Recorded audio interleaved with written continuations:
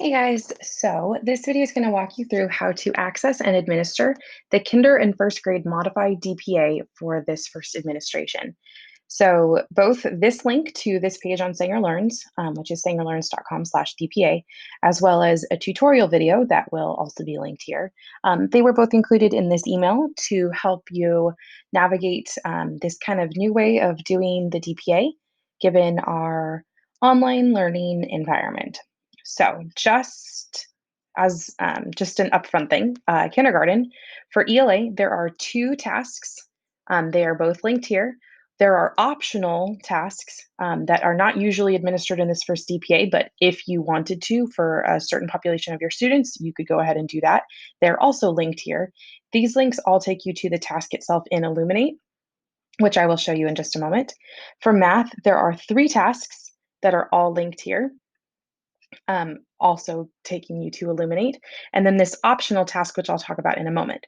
For first grade, there are 4 ELA tasks linked to Illuminate, and then 1 task in math linked to Illuminate, and then an optional math task, and there's a link to a PDF.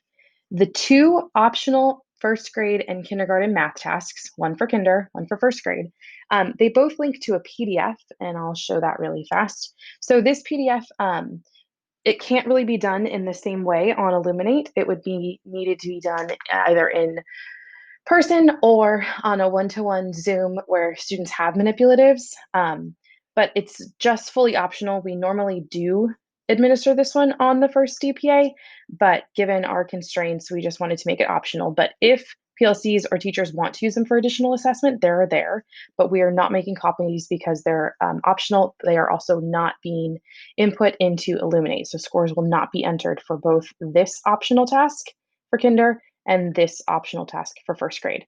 The kindergarten one is the decomposing. For first grade, it's the counting to 120 where they, and the directions are on there. Oh, I'll make sure that that works.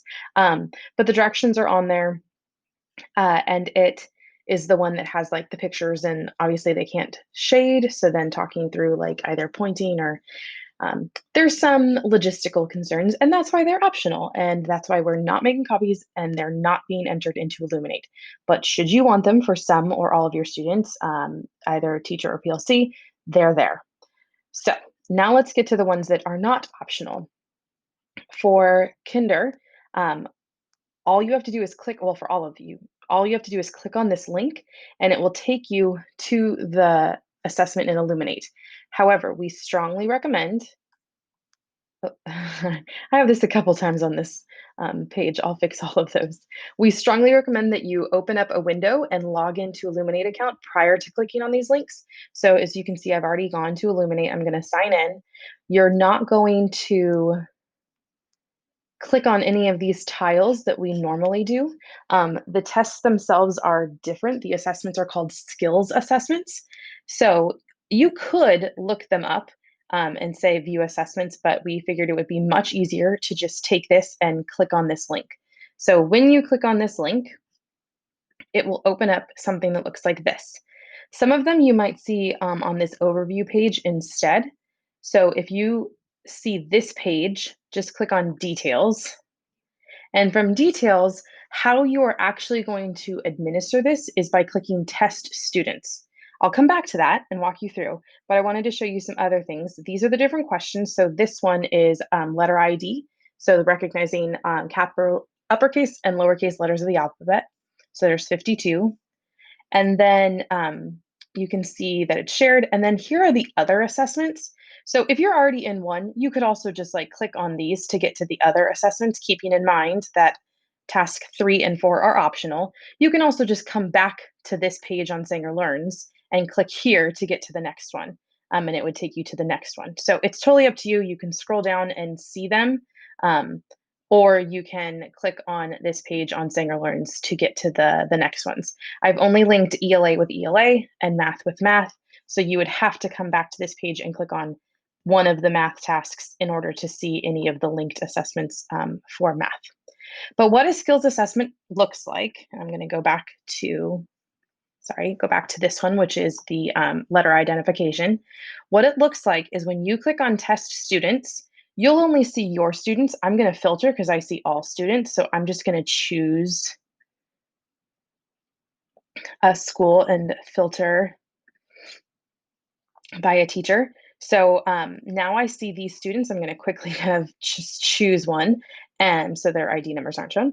But then I'm going to click on test. So I'm going to choose a student, click on test. And then instead of test specific questions where the dropdown is, I'm just going to click test. What it will then do is open up something that looks like this. I'm not going to randomize the question order. And then this is where I would, within Zoom, share my screen and I would just say correct or incorrect.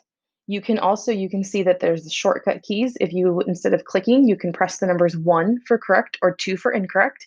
So for example, if she got this correct, I'm going to press 1 and it marked it as correct, and then it will automatically go to the next level or the next letter, the next question, whatever it is. So the directions are here. What letter is this? But you don't need to repeat them for every single time. You can just say, I'm going to show you a series of letters or a bunch of letters, and you can say, what letter is this? You would mark correct or incorrect. You could also hit next, but when you mark correct or incorrect, it automatically will go to the next one. And this is kind of what they all look like. I'm going to hit review would give you teacher notes and a comment for the parent, and we'll explain why you might want to do that after. But these are notes to yourself, and then there's like a comment for the parent that comes in a drop down, and other you would type in. But I'm going to hit exit. It did not save that one because it was not complete. If you knew that you weren't going to be able to complete, that's when the test specific questions comes in. But we encourage you to at least finish one student fully. Now, your results would be here in the overview. You would eventually see all of your results here.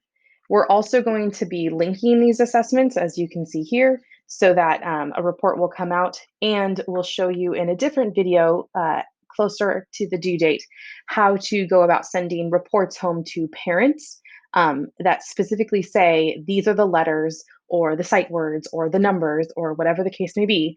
These are the things that your students do not yet know and can work on.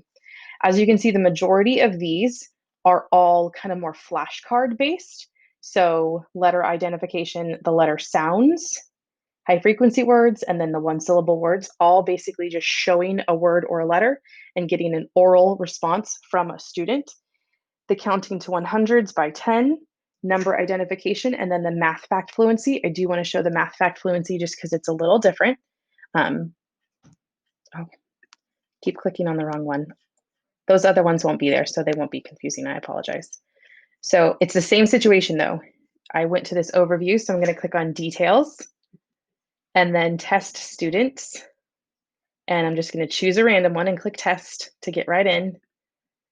And this is where they would see the math fact. And you can, we're disregarding the time for right now because it is too much. So all you have to do is click correct or incorrect. There are 10 questions for kindergarten, 10 math facts, and they're the same ones from Form B, and there are 20 for first grade.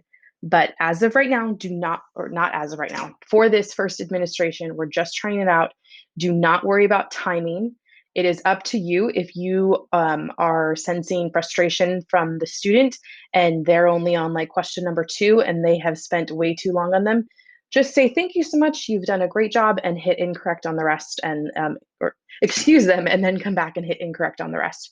This is not to penalize them. This is not to frustrate them or you, make them feel really bad. So just use your best judgment, and it is just fine if, as you're doing them, you are noticing that, like, for example, if a student on number identification can only identify 2 out of 20, then the math facts, use your teacher judgment and you can mark them incorrect, or you can attempt them and let them have a try. And if it is stressful and causing them undue pain, mark them incorrect and move on.